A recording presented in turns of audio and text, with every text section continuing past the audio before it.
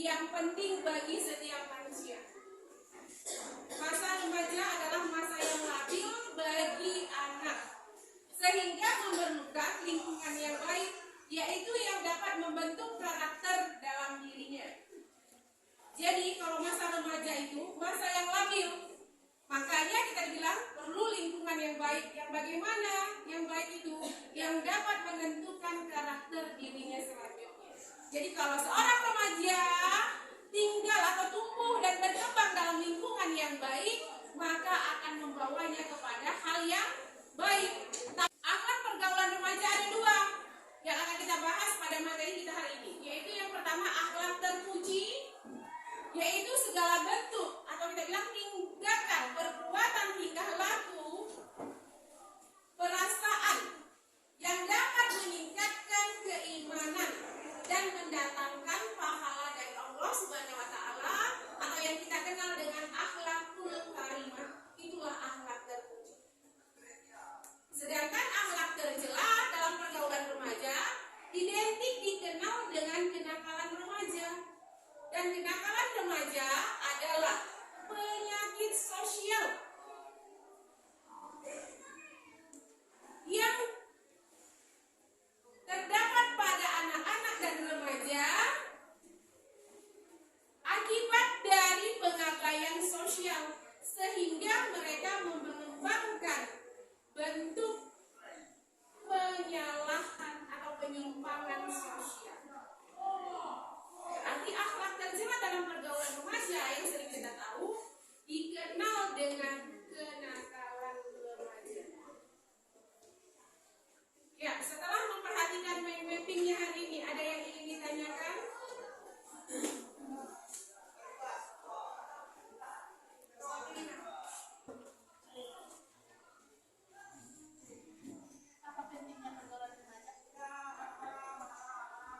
Ya, akhlak pergaulan remaja. Tadi di situ tujuannya ada dibilang tujuannya ialah menjelaskan tentang pentingnya akhlak pergaulan remaja. Berarti di sini pentingnya akhlak pergaulan remaja adalah menanamkan nilai-nilai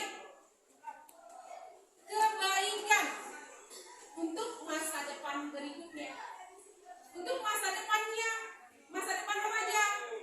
Apabila seorang remaja mengikuti tumbuh dan kembang dalam lingkungan yang baik, maka dia akan terbiasa melakukan hal-hal yang baik, dan hal-hal baik tersebut menjadi modal dia di masa yang akan datang. Karena tahap perkembangan manusia, balita, anak-anak, remaja, dan dewasa.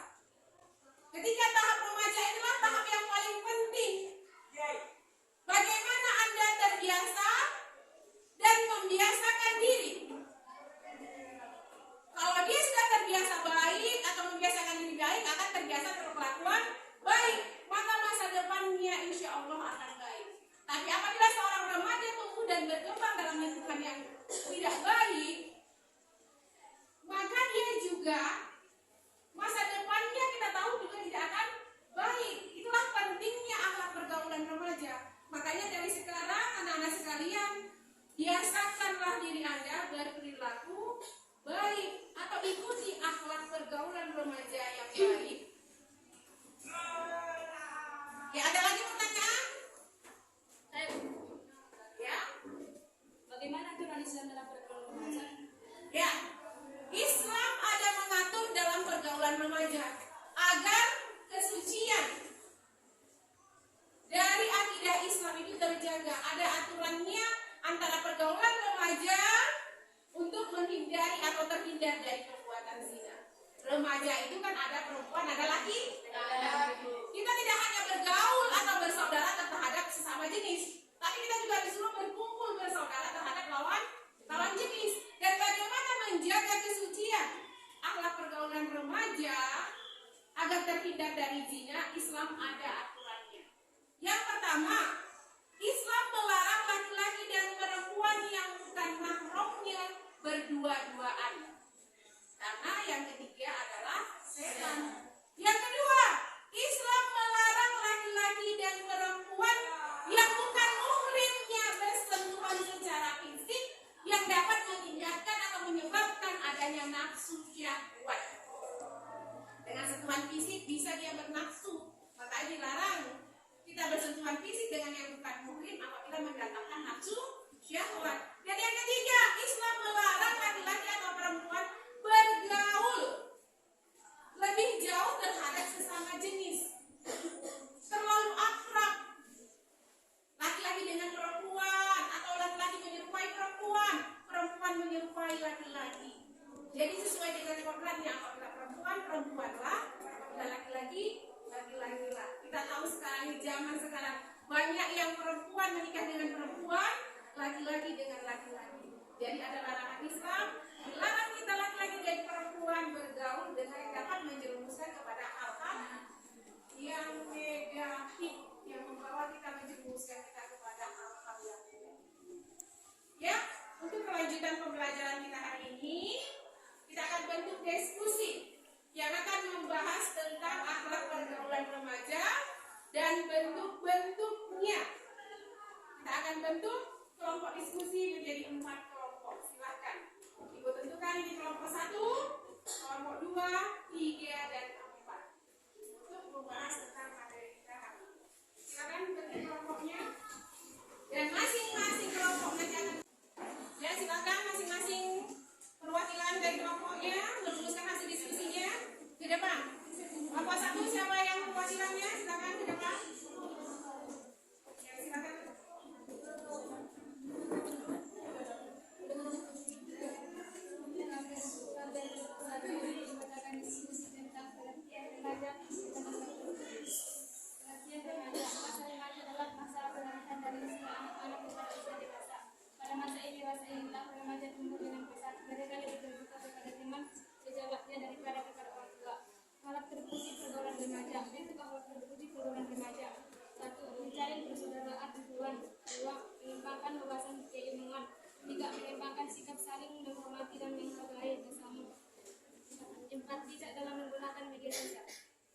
Ya, terima kasih pada kelompok 1, kelompok 2, silakan.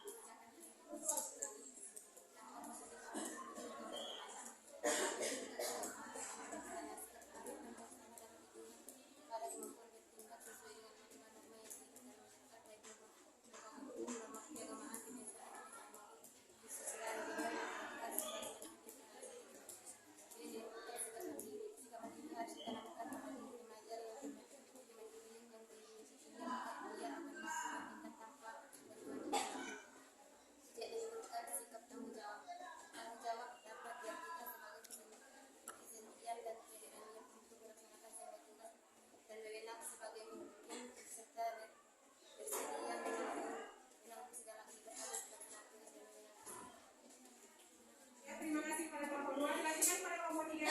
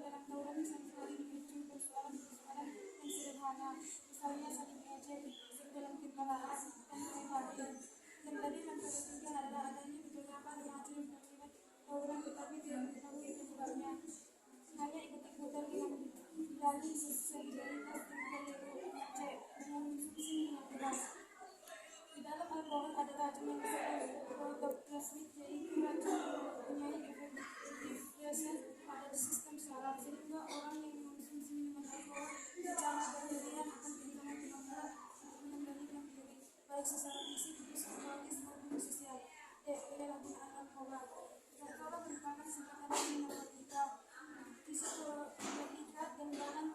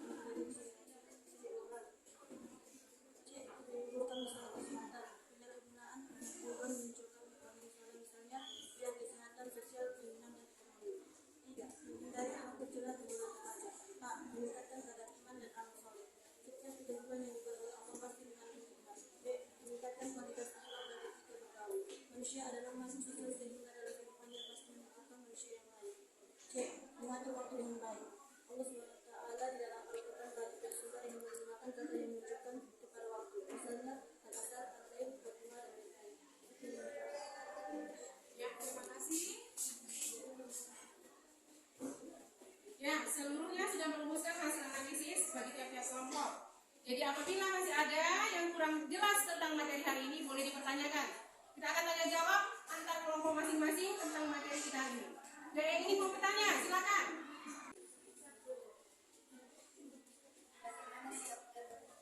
Bagaimana sikap tasamuh atau toleransi yang harus kita lakukan kepada non-muslim? Ya, ada yang bisa menjawab bagaimana sikap tasamuh atau toleransi kita terhadap non-muslim? Ya, silakan. Menjaga keberagamaan yang dipinggirkan, menyikapi semua orang muslim dengan sikap yang sama tanpa adanya perbedaan, menghargai sesama sesuatu. Ya, ada yang bisa menjawab lain?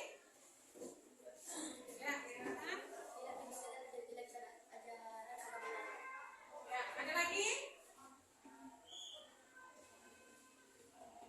Ya, sikap kita terhadap non-muslim atau toleransi terhadap non-muslim itu berhubungan dengan dunia.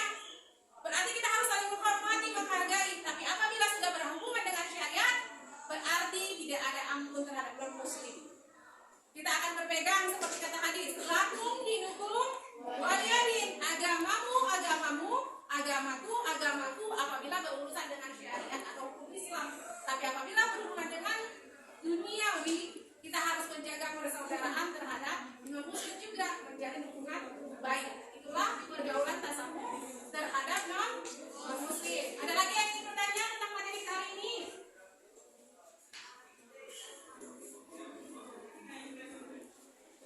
Ya, silakan. Mengapa mandang rendah suatu bangsa sangat berkualitas atau Ya, ada yang bisa menjawab pertanyaan tadi? Ya, silakan. Apabila sebenarnya kualitas dan kompetitif, maka masa depan bangsa menjadi cerah. Ada lagi yang lain? Ya, silakan. terjadi aksi bangsa. Ya, ada lagi?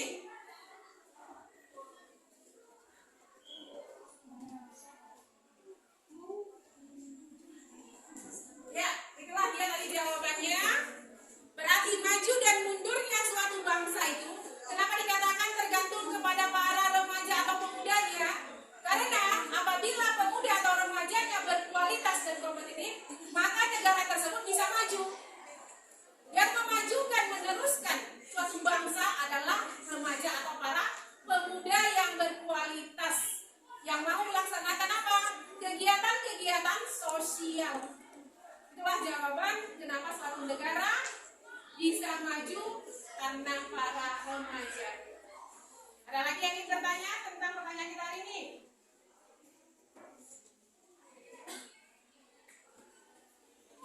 Terpuji, contoh akhlak terpuji pergaulan remaja yang bisa kita terapkan di sekolah. Ada yang bisa menjawab? Ya, silakan. Ya, ada lagi? Ya, silakan. Saling menghormati. Ya, saling menghormati. Ada lagi? Ya, silakan. Sopan santun, menjaga amanat guru. Ya, ada lagi?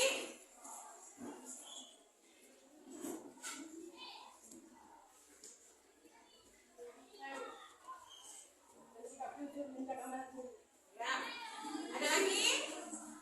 Berarti akhlak terpuji yang bisa kita terapkan di sekolah itu banyak. Bagi siswa, yang pertama itu akhlak terpuji yang bisa dilakukan apa? Datang tepat waktu. Itu satu akhlak terpuji. Yang kedua, hormat terhadap dan patuh ke ininya. Yang ketiga, menjalin persaudaraan. Berarti seluruh siswa di Mantapagri Selatan ini bersaudara. Itulah bentuk akhlak terpuji pergaulan remaja yang bisa kita terapkan di sekolah atau di madrasah. Ada lagi? Ya, kalau tidak ada, berarti kita simpulkan tentang materi kita hari ini. Berarti kepada siswi seluruhnya, setelah mempelajari akhlak terpuji pergaulan remaja, maka diharapkan karakter yang tercipta pada kita setelah mempelajari materi ini pertama adalah rajin belajar. Karena Anandalah seluruhnya yang akan menjadi penentu kemajuan atau kemunduran bangsa kita. Tadi kita tahu bahwa yang menentukan maju dan mundurnya suatu bangsa adalah pemuda atau remajanya. Itulah gunanya Anda rajin belajar. Yang kedua, aktif mengikuti kegiatan sosial yang positif. Yang selanjutnya, aktif dalam menjaga persatuan dan kesatuan ukhuwah. Kita harus menjaga persatuan dan kesatuan bangsa agar bangsa-bangsa lain tidak bisa menjajah negara kita. Yang terakhir, menggunakan media sosial dengan bijak. Inilah masalah yang paling besar, yang paling berat dihadapi oleh bangsa kita saat ini. Para remajanya atau pemudanya tidak bijak dalam menggunakan media sosial. Seharusnya media sosial itu kita gunakan untuk apa? Syiar dakwah. Kita gunakan media sosial untuk apa? Kegiatan-kegiatan yang positif. Ya, sampai di sini pembelajaran kita hari ini. Mudah-mudahan bermanfaat. Tingkatkan cara belajarmu agar negara kita bisa lebih maju dari sekarang.